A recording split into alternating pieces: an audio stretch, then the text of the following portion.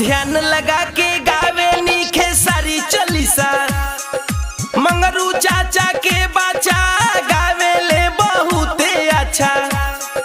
बसली शारदा इनका मत में नाम बा भोजपुरी जगत में।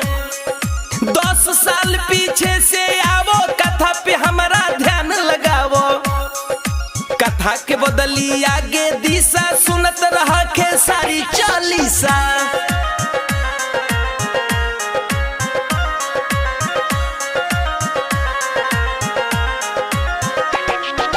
रोहन गरीबू मंगरू काका बेच के चाना लिट्टी चोखा पोसत रोहन बाल बच्चा। कथा के भइल अब शुरुआत कहतानी असली बात। धीरे धीरे कटल समैया एगो बेटा बनल गवैया। बाटे न लगे एको पाई कह कैसे केसट गवाई। बबुआ के ना करब निराश जब तक ले ही रही सांस। रुपया के तो धैलस निशा सुनत रह खेसारी चालीसा।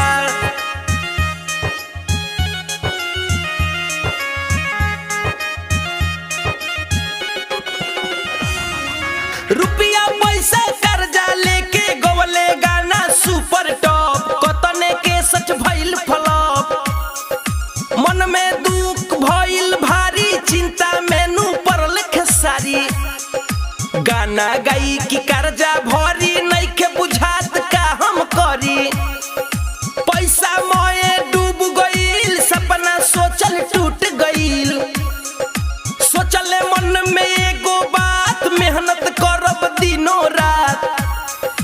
गाइब गाना खींचब रिक्शा सुनत रह खेसारी चालीसा।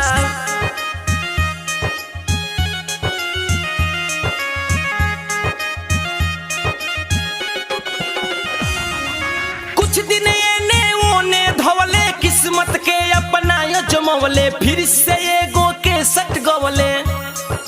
भाग के पासा गईले जीत के सट भइल सुपर हिट।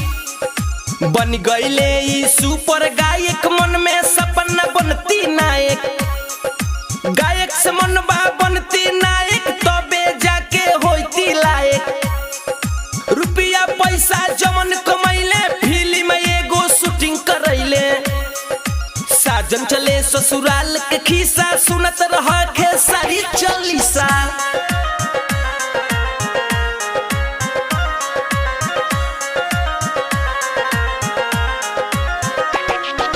जीरो से भइले हीरो हो ले लिहले पे जीरो हो।